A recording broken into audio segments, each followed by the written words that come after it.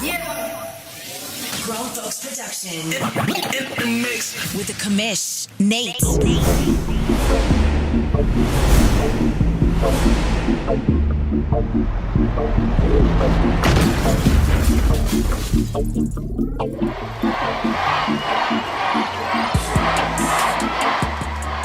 What's up, everybody? Welcome to Press Fast Live, your weekly OMFL podcast show, the world's longest online CFM in the entire world. That's right, that's us, and I'm glad that you're hanging out with me. I'm sorry.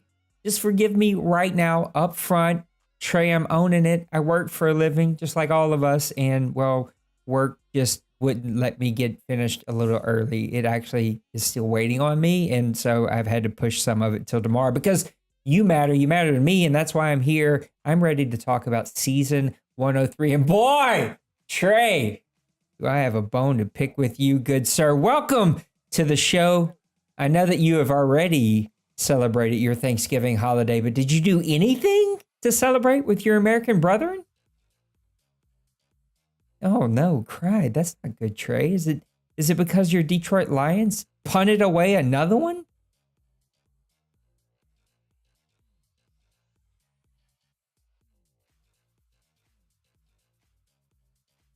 Hey, at least you guys are in games. So, I mean, you could be a Saints fan and we're not in any of these games. Let me make sure. Yeah, it's, yeah, you should do that. Oh, I don't know why. Now everybody should be able to hear. I apologize. I don't know why I did that. It should have not have done that. I'm going to have to check into that. See, this is what happened. I got kicked out of my studio for 5 days because Pops was down here staying with us, and so he had to sleep on that couch back there.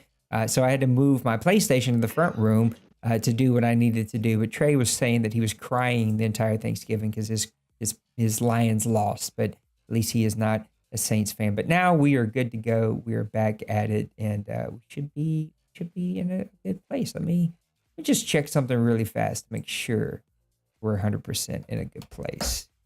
Some good games here in season 103 in the last couple of weeks. Oh, there. That's why. Let me try something. It is not recognizing that my stuff is hooked up. That's what happens when you unhook things and you hook them back and you hope, oh, this should work just fine. And technology's like, nah, that's not how we work around here. You're going to have to reset everything and double set everything and get everything in a good space. Okay, now let me check. You good now? You good now? We are good now. We should be in a really good place. Okay, let's get over here. Let's talk about season 103. No, open this back up. Let's close this. There we go. We want to talk about some of our favorite games, and I'll pick my bone with you as we go. You go first, Trey. Tell me what week and what game. What are we talking about? We're throwing it back to week number 7. All right. With the Baltimore Ravens and the Arizona Cardinals. Mr. Bird showed up. It was a very, absolutely. I'd say it's mostly a defensive-minded game with how low the score is, considering the two offenses. But it just proved that, Bird's starting to put the pieces together. He's starting to get comfortable, and that makes me worry, given how bad my season's been, that I might have to worry about Bird stealing a wild card spot from me. But then he laid the biggest egg that you possibly could lay the very following week. I was like, Bird, I almost took you. And he said, well, Madden was against me. That's what we all say. Madden's against us. But man, did he show up in this one? This just looked like a classic battle between two very good teams. Maybe, possibly a future, not saying this year, but a future possible OMFL Bowl matchup.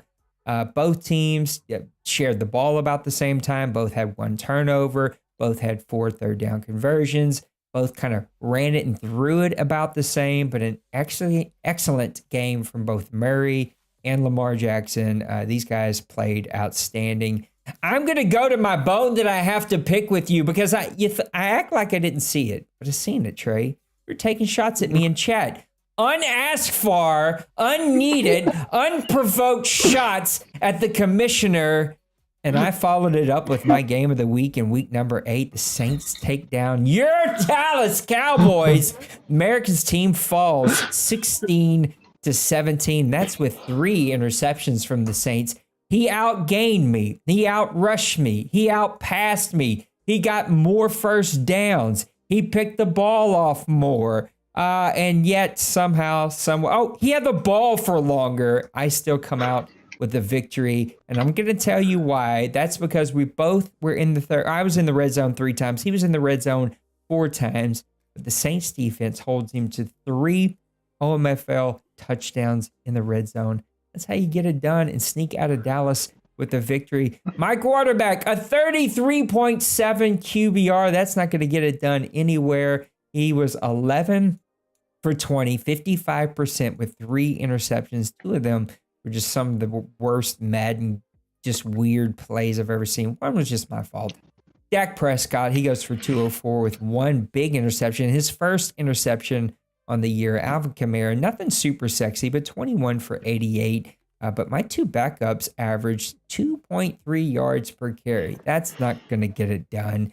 Receiving wise, Maxwell Bass, this guy's just a pain in the neck. 65 reception yards. I'm going to spit words out here. On 4 receptions, Zeke Elliott, 3 receptions for 54 yards. But the rookie, Demetria Knight, who would still be in the practice squad had it not been for Mr. Priest trying to steal him from him. He's been a breath of fresh air for this Saints offensive scheme, just trying to get something going. Another injury on the offensive front. Matthew with 11 tackles on the day. Lattimore at 7 and an interception. I think we even had a couple of sacks here. 1 from Parsons, 1 from Turner, 1 from Werner, and then half a sack from Raekwon McMillan. Yeah, he still plays in this league. And Marcus Davenport. Raekwon has been another big key addition to the Saints team that was on the backup. He's a backup. He's on the bench. I just started him 2 weeks ago, and he's been a really nice player to add to this team. But your Saints come away with a 17-16 victory against the Dallas Cowboys, and still don't know how I did it. I gave the Texans his first victory the week before this, and then I show up against the Dallas Cowboys, sneak out of Dallas with a victory, but we will take it each and every time. Now what you got to say, Mr. Trey? I guess the rubbing of the sticks finally lit the fire, did it? Yeah, I guess that's what one could say. You beat Wayne, the guy you've always dreaded, and he did, I think, second time in a row? Yeah, 2 times in a row. I don't like to talk about it because my buddy doesn't like to lose. I would put him right up there with you, with D-Money. There's a certain genre of guys here that just don't like to lose. And when they do, you need to give them 50 feet. Let them have their space. So I did. I let my guy have his 50 feet, and then I told him I loved him. He told me he loved me, and then we're all good. Hopefully he doesn't get upset. But, I mean, look, that's a compliment.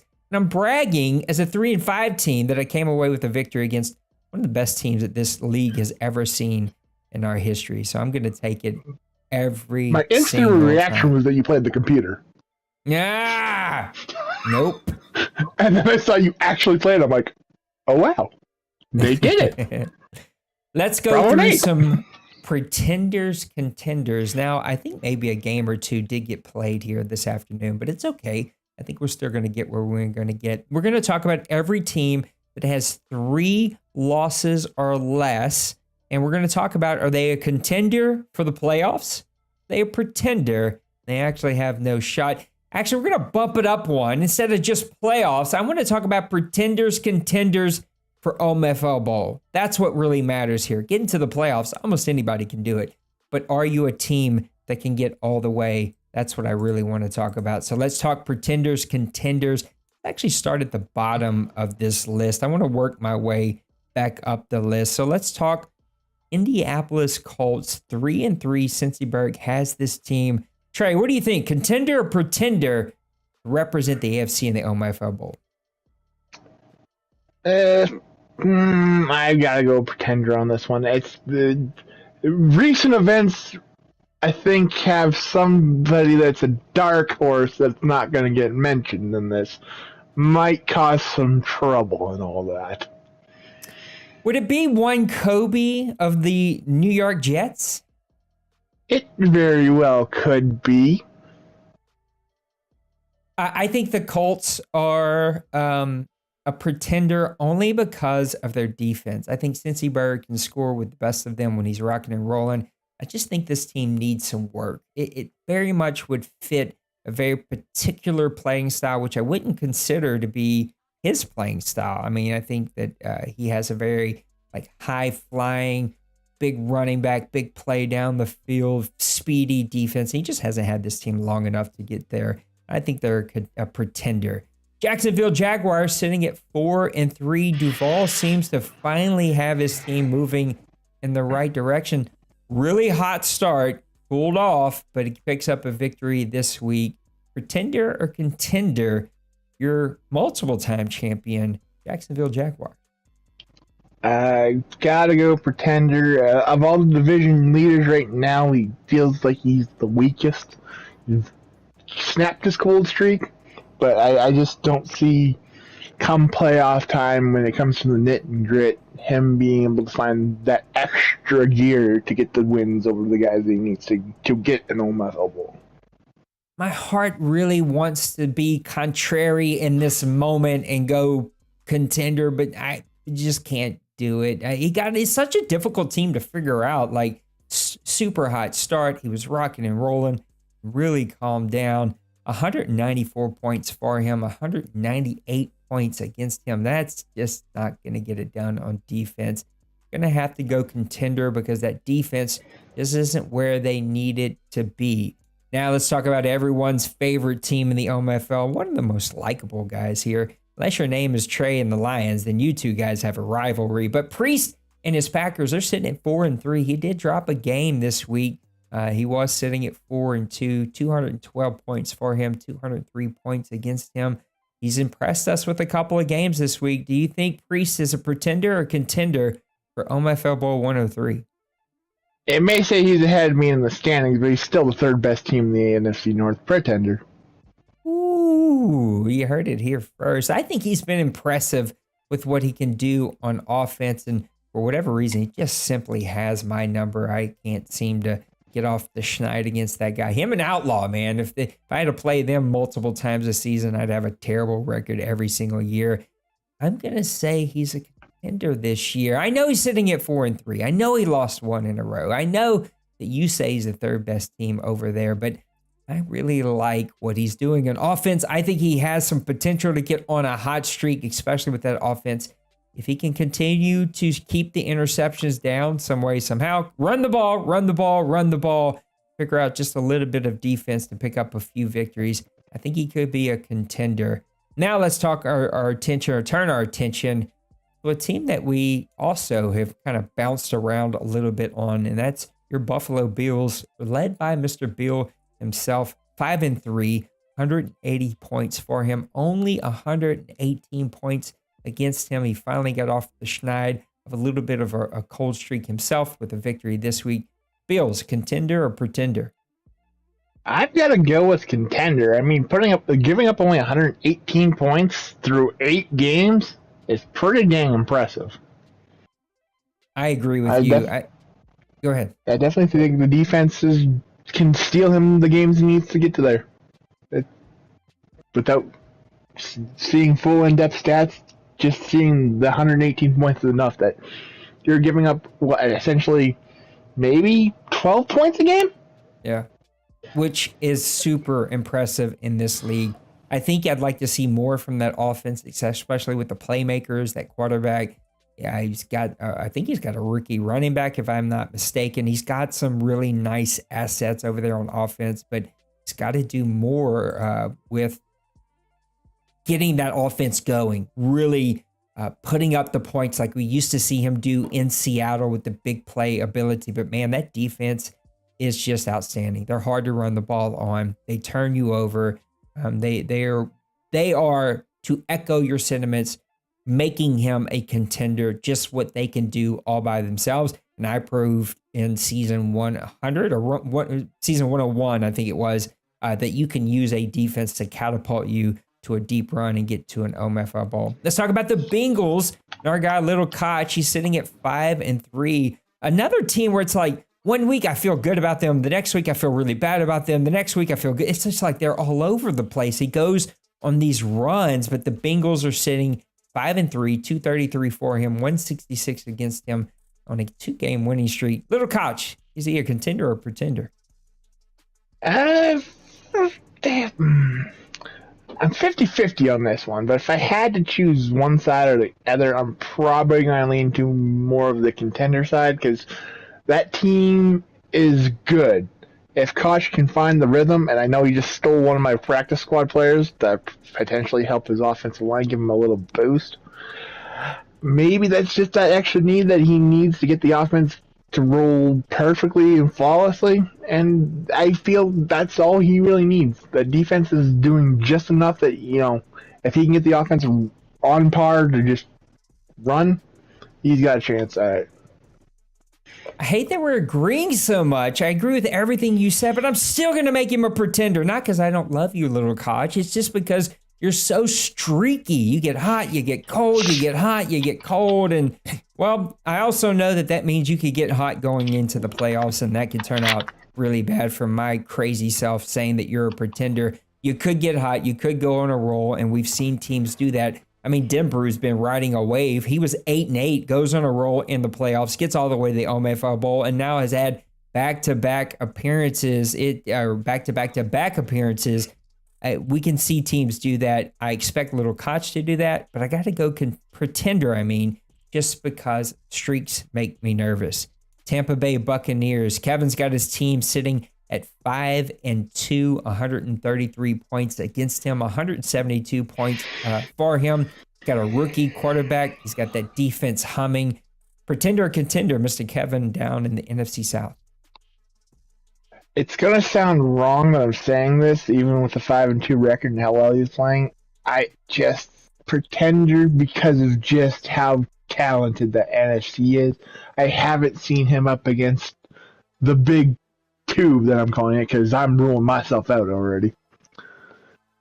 I wouldn't rule you out. There's a lot of football left to play. And I'm mainly going to go contender because of what the Atlanta Falcons have done with the ownership change. And you're just not sure what's going to happen with a brand new owner taking them over. Haven't quite got a feel for Bronco, man. I like him. Rookie quarterbacks make me nervous. And I'm going to take them because of the defense, a lot like what we talked about with the Buffalo Bills. But rookie quarterbacks make me nervous. It's very, very difficult to win with a rookie quarterback unless you go uber conservative like Dwayne has done with a rookie quarterback before, or you just have the magical touch like you have done with a rookie quarterback before.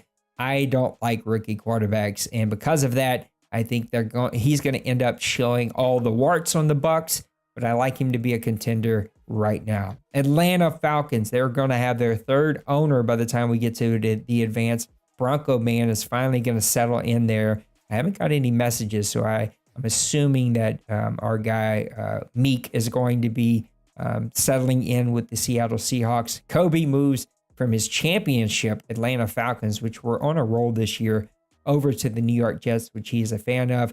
Started this season 0-2, has been on a 4-game winning streak, but who knows what's going to happen with them now. Because of that, everything is up in the air. What do you think, contender or pretender, the Atlanta Falcons?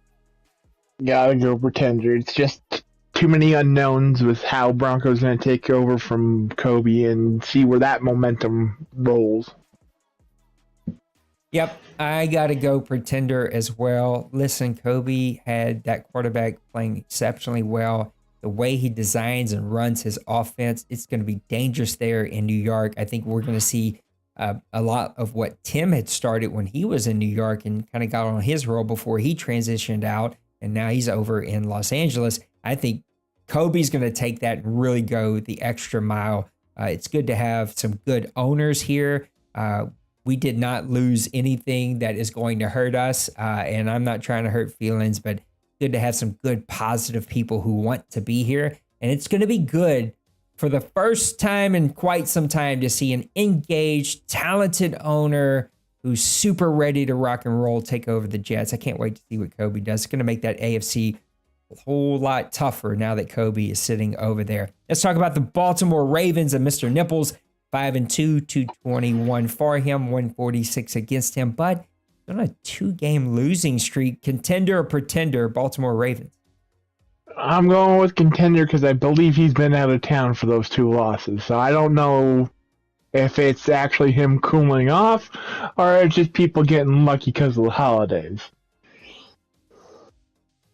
I am with you 100%. I was trying to write a message in the chat. You cut that thing off so sharp, I got caught doing 2 things at once. And Nipples is by far a contender. We've seen him get there before. He has been disengaged because of life and work, not because he chose to.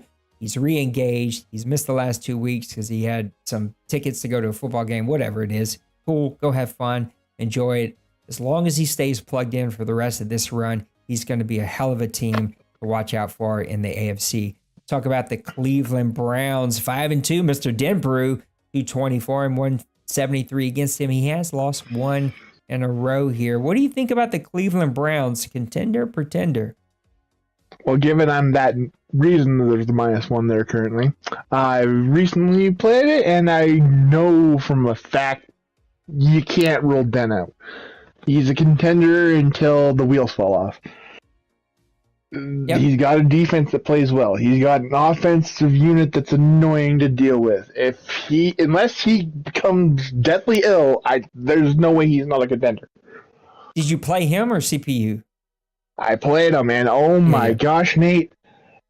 I had to pull the comeback of a lifetime, and that was just, I have nightmares of Myles Garrett just walking around and tossing my offensive tackles like they're sandbags.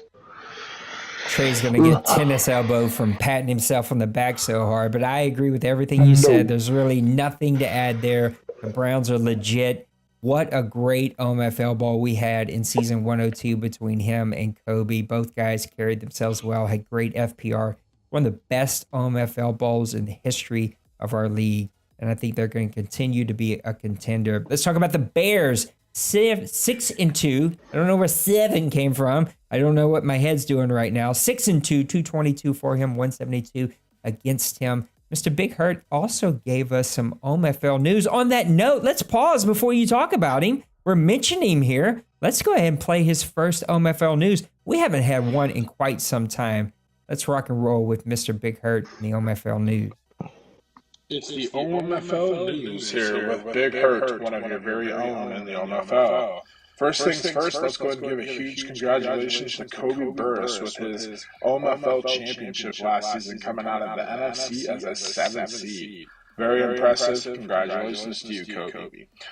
Next things up, we've got the season in full swing here. We are in week 6. Games are flying by. Continue to keep playing those games, fellas, so we can get multiple seasons in. And it is a holiday week. I wish you guys all the best and a wonderful Thanksgiving.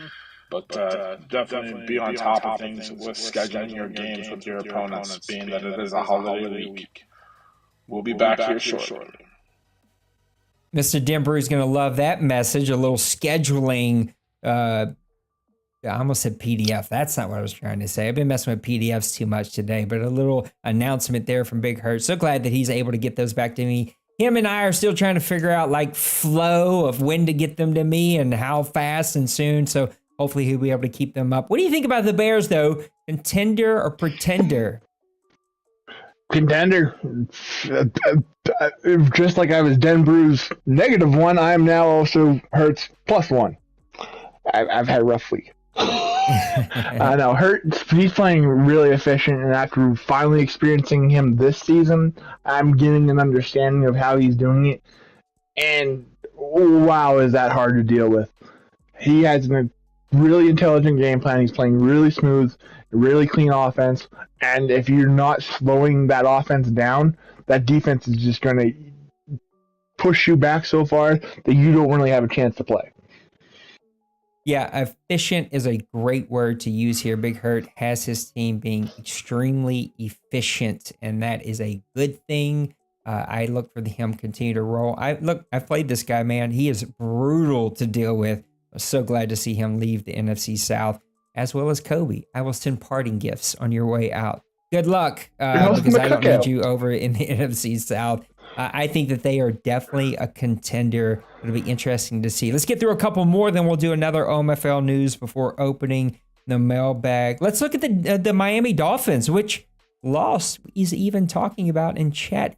The Dolphins fall to the New England Patriots, but that's not impressive loss. I mean, it is impressive, but like we come to expect that. You are a very good coach, a very good owner here. But the Miami Dolphins, 5-3, a little bit of up and down, arguably has the best quarterback in the OMFL with Dickerson, 235 for him, 166 against him. But my guy is on a 3-game losing streak after starting the season out 5-0. Is this the holidays or is he just a pretender? I don't want to say it's the holidays because that's just me saying holidays for pretty much everybody. But he's still a contender, even if the holidays are a factor. It's a cold streak. It happens. We all have them. He'll find a way to right the ship, and I definitely feel that he has the ability, just with Tyreek Hill and Jalen Waddle and Kenny, that you can't doubt that, because that offense can put up 100 on you in 5 seconds if you're not paying attention. People get so put out with Nate, I guess because of my role here. I don't know, but I always get nervous talking about teams. But I'm going pretender, not because I don't love you, Massimo. You're my dude. You've been here forever. I hope you're here forever. But man, 3-game losing streak. You always hit a stumbling block when you get to the playoffs. Hey, I'm wearing that jacket with you. We've got hats. Just sign up for them. I'll get you your size. But I think the Dolphins are a pretender. His quarterback is impressive. His defense is playing pretty good right now, but a 3-game losing streak, you're going to be a contender in this league. You cannot have those. Talking about losing streaks, the Dallas Cowboys, they go down. 1-game losing streak, 5-2, 188 for my guy Dwayne, 135 against him, playing that outstanding defense. Contender or pretender in your eyes? Still a contender. There's nothing to say here. It's Dwayne. I don't know if I could add to that. Yeah, he's Dwayne. As long as he's alive and has opposable thumbs, he'll be a contender. But that offense worries me. 188 points for him.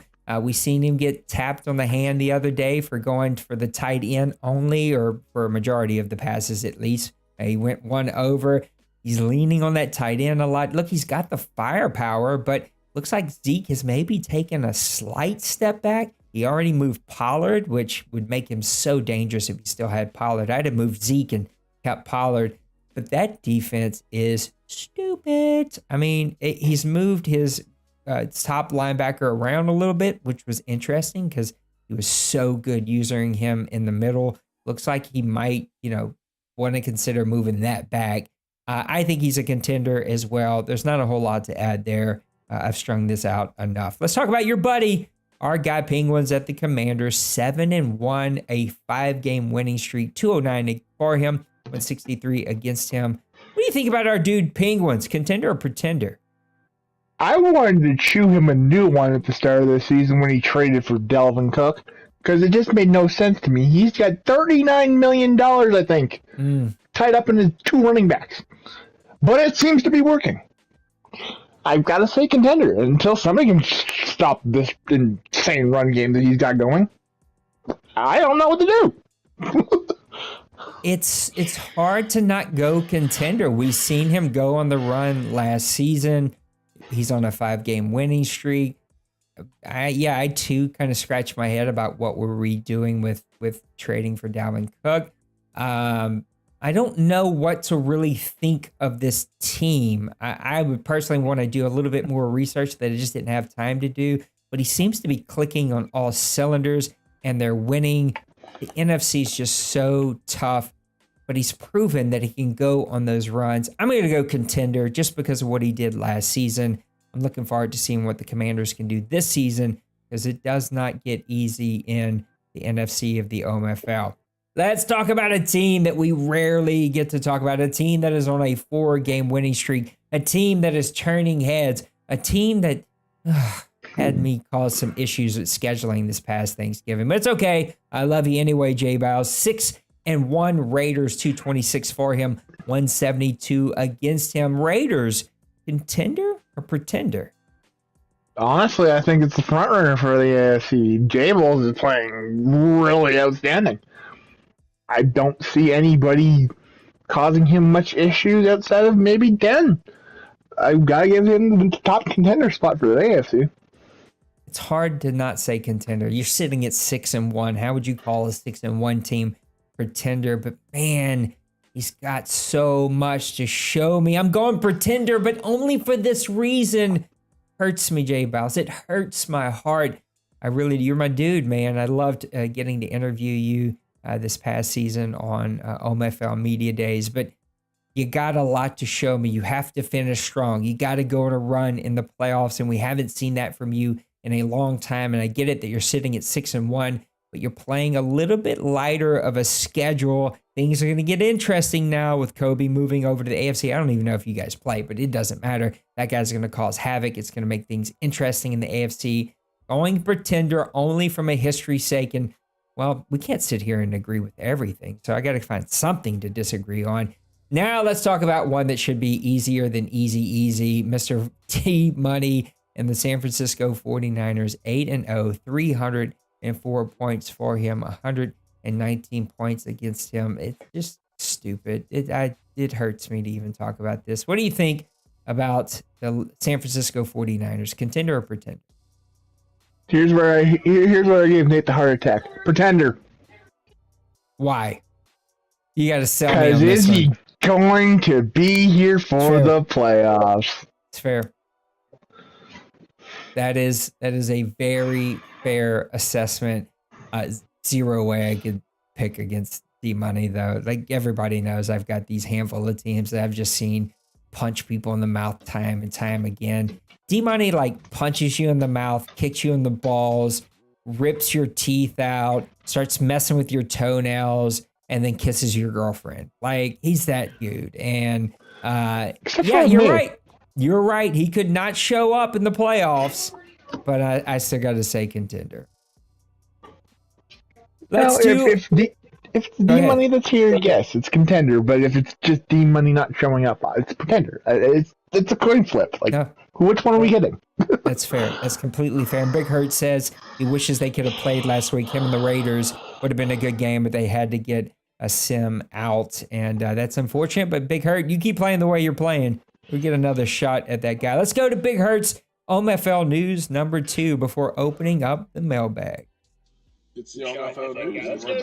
Let's talk about the next topic here, which I think is a fun one to talk about, and it is trades. Trades have been a hot commodity this season so far, and lots of big name trades going down. Just to talk about a few of them here and some of the impacts that they have.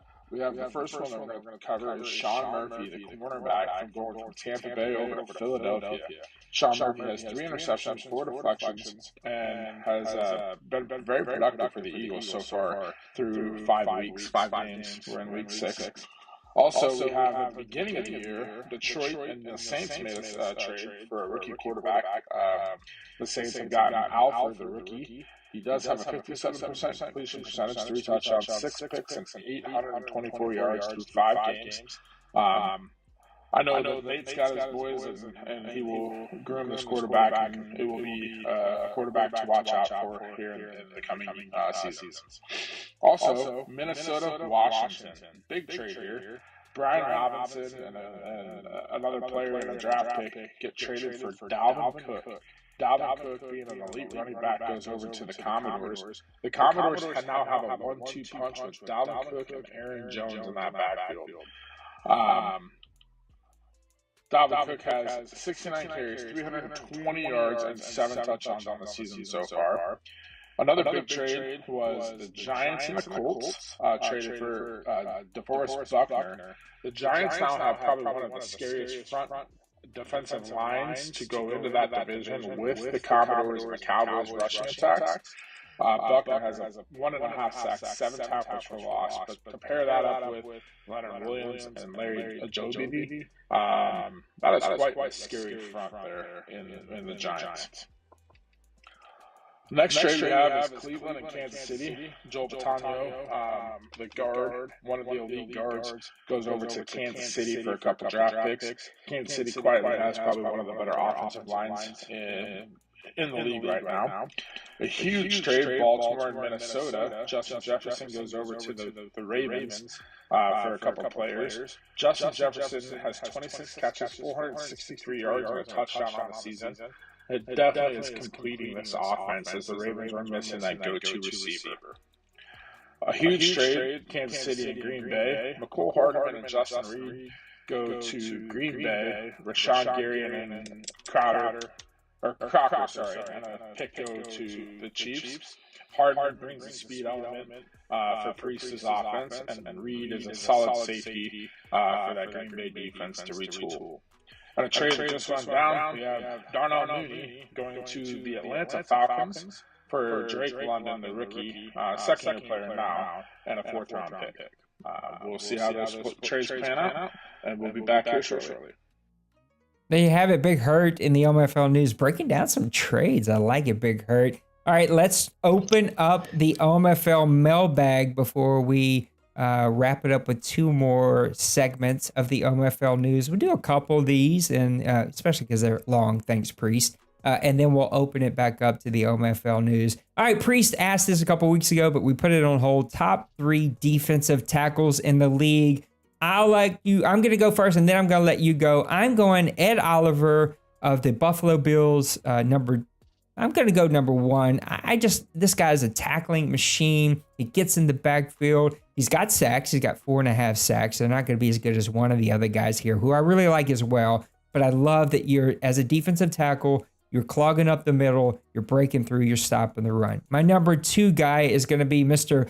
Daron Payne of the Washington Commanders. 34 tackles, 23 assists, 12 tackles for loss, but 8.5 sacks. He is dominant. At 319 pounds, you don't want to see one guy who could take up 2 blocks and still gets through time and time again. And then my number 3 guy, this was a little bit of a toss-up. There's some good players out there, and Mr. Kobe's getting one of them in Quentin Williams. But DeForest Buckner, he is got 35 tackles, 25 assists, 11 tackles for loss, 4 sacks on the season to really help lead the New York Giants in kind of their redefining of what that defense is going to look like. Who are your top 3 defensive tackles? I got to agree with you with Daron Payne. He's a stud defensive tackle and he fits well in Penguins' defense. I'm also going to pair off with that with his partner in crime, who's been out with injury, so his stats aren't there. But Jonathan Allen is also another solid defensive tackle. That those two combined, have fun trying to run up the middle. This is just not happening. And my third one is for those guys that specifically use those 3-4 systems. It's Vita Vea. He's a freak animal, insane strength, and he just seems to be in the way. You know, stats might not be there, the defense might not match, but I still will say that he's one of the top defensive tackles in the league.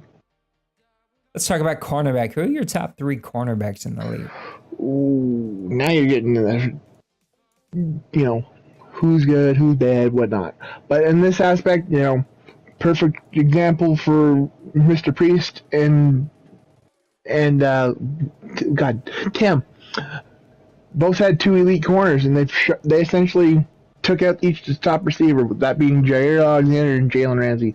Those are by far the 2 guys that you need to keep an eye on when you're throwing the ball, because if not, they're going to punish you. And then I got to go to you, Nate. You've got Marshawn Lattimore. He is one of those guys that if you end up giving him the ball, he can potentially take that back for you for 90 yards. If you don't pay attention, he's going to hurt you. So far, has it been that way for you, Nate? A little bit. You know, he kind of runs hot and cold and kind of has his moments. He's actually my number 3. Look, I'm a Lattimore fan. He's played well this season. Big interception against the Dallas Cowboys this past week. Number 2, I'm going Byron Jones. It's because I had to match up against this guy. He is just stupid, sick, crazy good.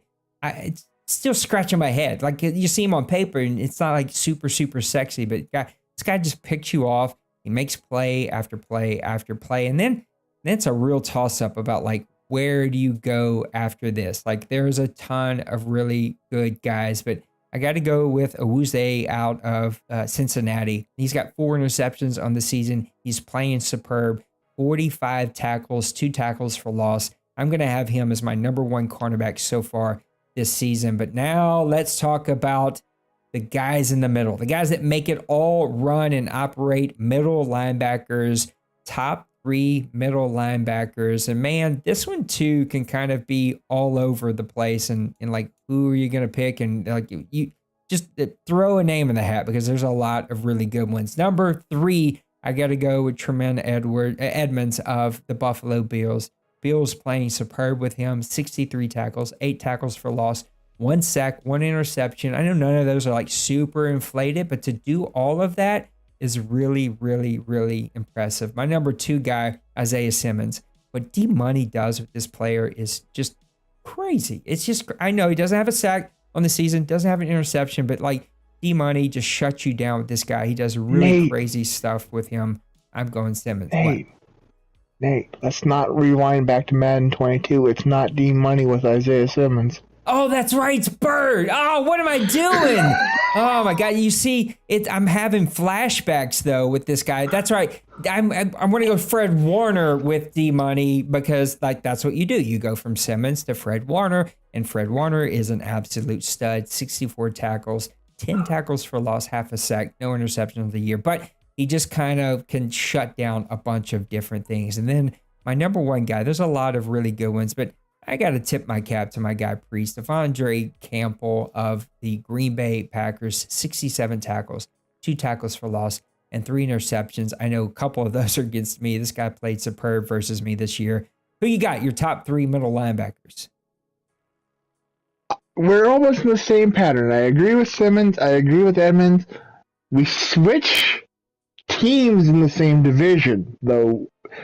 You gave it to Campbell. I'm giving it to Leighton Vander Esch. After experiencing yesterday, that man just kept breaking up every pass I tried throwing near him. It doesn't matter how you play. If you're not keeping an eye on him, he's going to disrupt it. We're breaking up passes, pass rushing, run stopping. He's got all the capabilities that you need from a linebacker, and especially in Hurts 3-4 system. Nipples asking a question that only Nipples can ask. Before we get to it, though, let's do OMFL News number 3, and then we'll get right back to Nipples.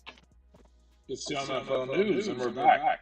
Something fun to talk about here and see kind of as this plays out here in the coming weeks in this season. We have a few teams that are undefeated and a few teams that are winless. The undefeated teams currently sitting in Week 6 as we speak is the Miami Dolphins, the San Francisco 49ers, and the Baltimore Ravens. The teams that are winless as we speak that have yet to get a win are the Houston Texans, the Minnesota Vikings, the New York Jets, and the Pittsburgh Steelers. My question here, and what I want to talk about, and just kind of point out and see how this plays out, which of these teams of the undefeated teams gets their first loss? Will it be the Dolphins, the Niners, or the Ravens? And on the flip side, for the teams that are winless, who gets their first win? The Texans, the Vikings, the Jets, or the Steelers? Only time will tell. I think we proved that the Texans get their first win against Old Nate. I still don't know. I mean, Rodgers is a very good player. You guys know I pick him all the time, but I just didn't show up that day for whatever reason. But in the chat, I think every team, the 49ers are your last undefeated team. So in the chat, let me know, do you think that he goes undefeated all the way? Now let's get over to Mr. Nipples. Which team can benefit from a J.K. Dobbins trade? J.K. Dobbins is on the trading block in case no one is aware after the last 2 sim games from Ravens and then chicken sandwich rumors. Thank you, Nipple. Nipple's asking questions that only he can ask. What do you think? J.K. Dobbins, who could benefit from him? Honestly, Hurt. I know he's got a good combination. I feel like J.K. Dobbins paired up with Justin Fields. I believe they played maybe a year or 2 together. in college. Reuniting that Ohio State backfield may produce some insane results. Yeah, my head kind of went in a different direction. My head went like, what is a team that's struggling that could use him? I think like the Houston Texans come to mind. He's got a very good rookie running back, but he could use a little bit more help. I think about the Minnesota Vikings, right? He could definitely use a little bit of help, especially running the ball. I think about, I know that the Steelers have a very good running back, but I think he could use a little bit of help at the running back position. I think about the Tampa Bay Buccaneers. He could use another guy like J.K. Dobbins. I mean, I know he's got White and he's got Fournette. Fournette's an animal, but those guys are getting older. I think that they could definitely use some help at that position. And then my head even went to, I'm trying to see to kind of confirm a couple of things, but the Atlanta Falcons could use some help. Jerry Waters, the rookie's averaging 5.2 yards per carry, but you never know with the new owner. Does he want just a speed guy? It'd be nice to have another guy in there that could get between the tackles and make some things happen. Kobe, how does my move to the Jets affect the league in your opinion? You've already touched on this a little bit, but what do you think about Mr. Kobe's question here? I think this shakes up everything. Kobe's taking a 1-7 team. Oh, sorry. It was 0-7 when he took him over. He's already got one win. If he can bust off, come out the season 10-7, that's been proven for an AFC side of things that can get you into the playoffs easily. You have that happen, he could disrupt the entire AFC and be the AFC representative in the OMFL Bowl. It also happens that it shakes up the entirety of the NFC because now you're looking at who's going to be the NFC South champion. How does that affect, who they play in the wild card, who they play in the second round, who they play if they make it to the championship round? It's mind-boggling the dynamic shift that Kobe just hit the OMFL with. Listen to this schedule and the potential teams that he can mess up. The Giants, the Eagles, the Bills, the Chiefs, the Broncos, the Patriots the second time, the Cowboys, the Texans, and then he ends the season against the Ravens. Holy cow. These are some of the top teams that could be fighting for a playoff position at the very end of this. It completely shifts things around. It's going to make for it's not his team, so he's taking over someone else's team and may take him a bit, but man, that could really turn things around over in the AFC. At about the halfway point of the season, what team is your biggest surprise? Biggest surprise? Biggest surprise? If I had to go based on what my thoughts were at the beginning of the season, it would be Hurt. I figured he'd do good. I didn't think he'd do this good. I think the Raiders are my biggest surprise by far. I just think that I always knew that he had it in him, but we just haven't seen him put it together in this manner. And so it makes the AFC a whole lot better and really makes things very, very interesting. Let's see if we can quickly go through this. His next question. I hate big, long questions like this because we could spend 45 minutes on this. He wants, who is your division winner out of each division? But instead, I'm going to change that a little bit. So, Kobe, I'm going to count it, but we don't have 45 minutes to spend on this question. Give me 2 wildcard teams out of every division. Your bottom 2 wildcard teams. I think it's 3 wildcard teams. Actually, let's do that. Give me your 3 wildcard teams from the AFC and the NFC. For the AFC, I am going to roll with the Bengals, the Ravens, and the Jets. I'm going Browns, Bills, Jaguars. Browns, Bills, Jaguars. I like them 3. For NFC, I have... I gotta go with Wayne. I've gotta go Panthers, and I gotta go with Colin. I like Lions. I like Cardinals, and I like Commanders because I think there's going to be some flip-flop action going on there. I like Commanders, Cardinals, and your Lions to take some wild card positions. What's he got here? Let's do this. Let's do the last OMFL news with our guy Big Hurt, and then we'll take the last 2 questions and we'll put a bow on the show. You already know it's the OMFL News. And let's talk about what Nate sent out as a league-wide announcement for the messages today covering FPR. FPR is what makes the OMFL unique and what it is. So it's definitely something that we need to take serious. FPR is something that is kind of like the laws. We have to follow them. Otherwise, you're going to get reprimanded. And I think we need to take it serious because there are some things that we can help each other out with, and by pointing things out, and if it's becoming a serious issue, that's where I think we need to take it up the ladder to the board and to management here. Definitely, again, the key point is let's help each other. This is a kind of a foundation, but we need to help each other with that. If it's something that you do or that your opponent does, point it out to one another. But on the flip side, if you get something pointed out to you, don't take it as a shot or as a personal attack. It's just something to help us out. As a community, we're all here to play the games, be competitive. But again, don't take it as a personal attack.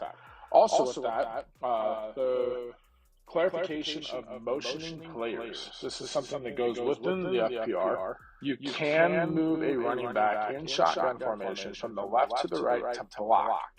But with that being said, you cannot move a tight end from a 2 or a 3 tight end unbalanced set to make it more balanced, or motion any tight end, fullback, or running back and then hike for extra blockers.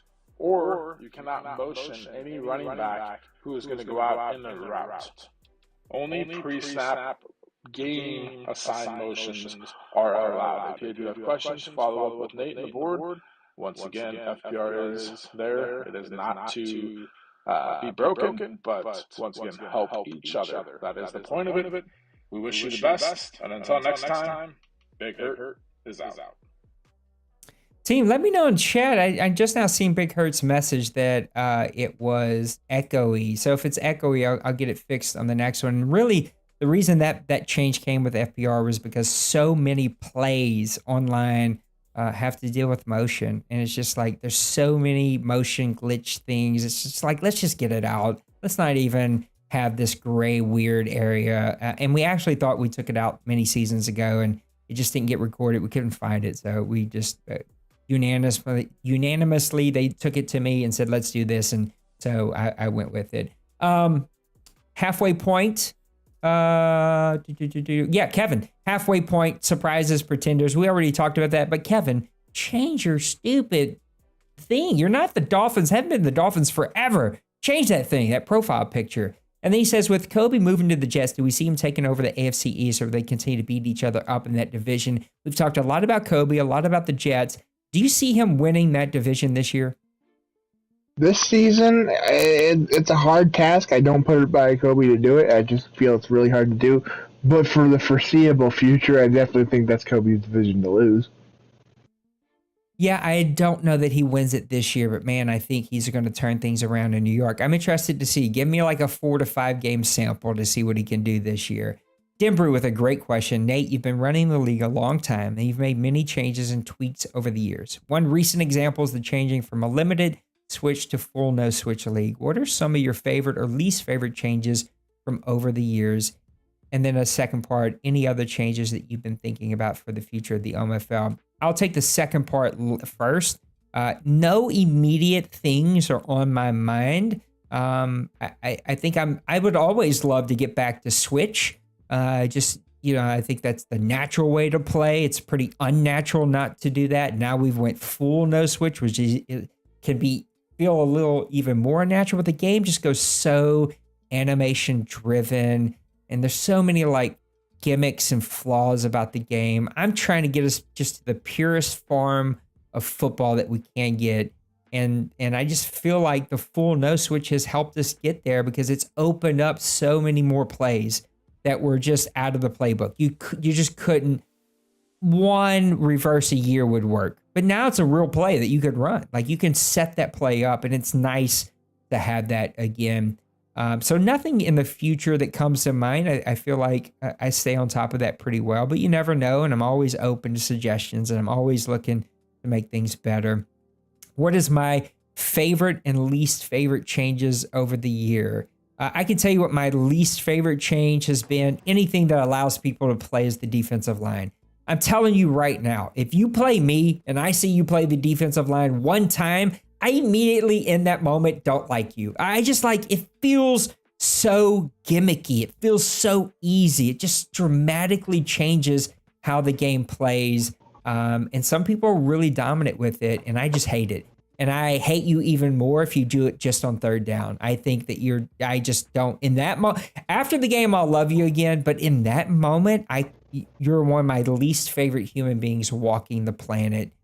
Anyone who plays it just on third down, you have a special place in Hades waiting for you.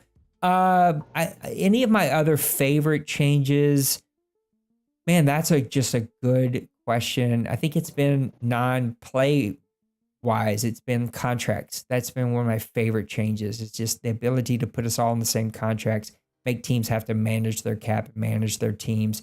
That has been awesome to have and to add. I don't know. Trey, you've been here a little bit. Any of your favorite or least favorite things that have changed? I'm loving this no switch. It's annoying at times because you set something up and like it's a run play.